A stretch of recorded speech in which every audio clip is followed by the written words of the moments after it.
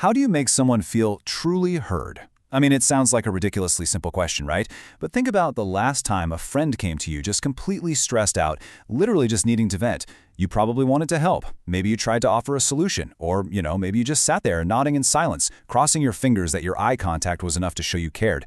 The reality is, making someone feel genuinely validated, it's actually one of the toughest things we navigate in our everyday relationships. So before we jump into any of the underlying theory in today's explainer, I want you to hold on to that feeling for a second. Think about that genuine desire we all have to just be a great listener. Okay, let's look at a real-world scenario that I am sure we can all relate to. Imagine Sam is telling his friend Mia about an absolutely brutal day at soccer practice. He's frustrated, he's venting, and the words are just pouring out of him. Now, Mia's a good friend. She really wants to be there for Sam. But if she's anything like the rest of us, she might suddenly feel this intense pressure to fix the situation, to offer up the absolute perfect piece of advice. Or, and this happens all the time, she might accidentally shift the focus right back to her own experiences. We've literally all been in Mia's shoes. You're facing that subtle conversational roadblock where you desperately want to support someone, but you just aren't entirely sure what the right verbal cue is to keep the flow going. Well, welcome to today's explainer. We are going to completely break down a remarkably simple verbal cue to solve Sam and Mia's communication roadblock. We're looking at a technique called the mirror trick and how it creates what we'll call the echo of understanding. Seriously, by the time we wrap up today, you are going to have a highly actionable tool in your back pocket to absolutely transform the way you listen. Section 1. The Art of Active Listening. Let's dive right into this. So here's the crucial point. Active listening is absolutely not about taking control of the conversation. And honestly, I think that's a trap so many of us fall into. We kind of assume that listening actively means we have to be constantly peppering the other person with deep investigative questions or trying to actively steer the topic towards some neat resolution. But the real goal? It's making people feel genuinely heard without requiring you, the listener, to lead the discussion at all. You really just want to act as an effortless sounding board. Section 2. Mastering the mirror trick. Let's get into exactly how Mia can effectively listen to Sam here. Now, what's really interesting about this concept is just how incredibly simple the definition of mirroring actually is.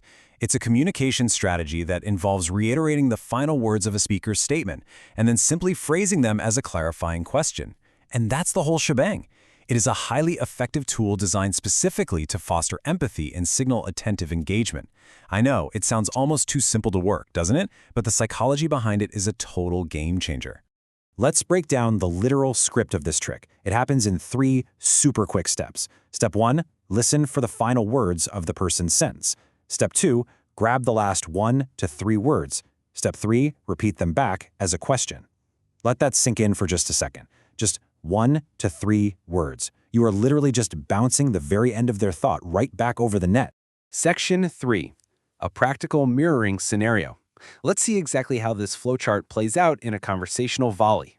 So imagine your friend comes up to you, sighs heavily, and says, "Oh, I'm so frustrated with this project." Now, our typical everyday responses might be something like, "Oh no, why?" Or, "Have you talked to your boss?" Or maybe even, "Oh man, I hate projects too." But let's hit pause. The conversational roadblock is set. They've just dropped a high-emotion statement, and the ball is squarely in your court.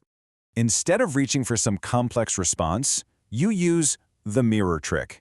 You isolate those last 3 words and reply with this gentle, upward inflection. You say, "With this project?" And this brilliantly illustrates the power of mirroring. By simply acting as a literal mirror and repeating those last 3 words, you instantly shift the conversational momentum right back to them. And look at the friend's immediate reaction. Yeah, the instructions don't make sense. Notice what just happened there. The friend instantly opens up. They naturally provide more insight into the specific root of their frustration. And the absolute best part? The listener didn't have to construct a complex, probing question at all. You didn't have to guess what was wrong. You just provided a smooth runway for them to keep flying. And that brings us to this idea of deeper discovery. This simple act of repetition unlocks the core issue that's hiding right beneath that surface statement. When you mirror someone, you're essentially telling their brain, "Hey, I hear you, I'm tracking with you, please tell me more." It completely strips away that awkward anxiety of having to constantly generate new conversational material, and it naturally fosters this profound mutual understanding. Section 4. The Echo of Understanding. Let's move to the underlying psychological benefits and see how this builds. When we zoom out and look at the high-level psychological benefits, it all comes together beautifully. Mirroring fosters active listening and empathy, mostly because you have to be highly attuned to the speaker just to catch those last few words. It clearly signals attentive engagement. It naturally prompts your companion for further details. And, perhaps most importantly, for those of us who get a little anxious about knowing exactly what to say, the listener doesn't have to lead the discussion. Think of it like conversational judo. Instead of meeting force with force, trying to push the dialogue in a new direction, you're using the speaker's own momentum to guide the conversation effortlessly. They feel validated, they feel the empathy, and they feel genuinely heard. So, I want to turn the mirror back on you as we wrap up this explainer. The very next time a friend, a partner, or a colleague comes to you with a frustration or a story, resist the urge to fix it. Seriously, resist the urge to lead. Try the mirror trick. Grab those last 1 to 3 words and ask them back. It is a tiny shift, but it creates massive connection. So who will you echo today?